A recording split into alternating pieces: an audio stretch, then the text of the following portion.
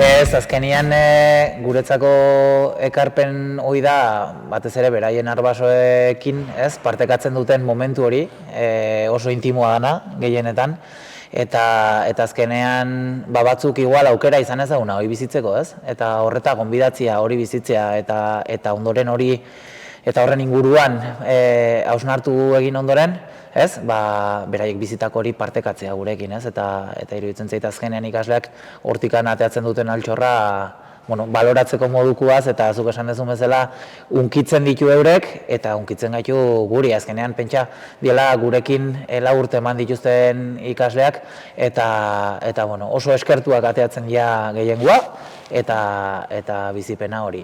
Hitz batian esan dezuna, ez? Unkigarria. Bai, errespetu handiz tratatu beharreko material bezala ere bizi dugu zuzentzea bera ere, edo, ebaluatzea, ze zuzendu hori ezakin nola zuzendu daitekeen ere, hori ebaluatzea ere, kosta egiten den zerbait da, errespetu handiz tratatzen duzu material bada, oso intimoa eta oso pertsonala delako.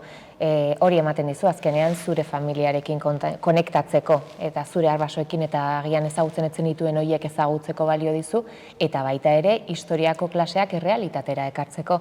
Ze askotan iraganari buruz hitz egiten dugu, eta badirudi ipui bat kontatzen ari gerala, oso urrun ikusten duten ipui bat, beraiekin zerikusirik ez duen ipui bat, eta hau egiten dutenean konturatzen dira, ostra, hemen pertsonak daude, eta hemen pertsonen bizipenak daude, eta pertsona horiek nire familiakoak diren bezala, beste etxeetakoak ere badira. Eta, horrek nire ustez itxitura ere ematen dio gizarte zientziaki arlo bezala, historia edo bezala, eta pamaieran. Eta esango nuke gaina, azkenean, eta ez, egin dugu ikasleen balorazioa entzun dugu gure balorazioa, eta hor niretzako falta da borobiltzeko eta katea isteko, iruditzena falta dela Aiton Amonen balorazio izango zain ja politena, ez? Azkenean, esan duten bezala, azkenean beraia dira protagonistak, azken finean, eta esan bezala, hori, ez?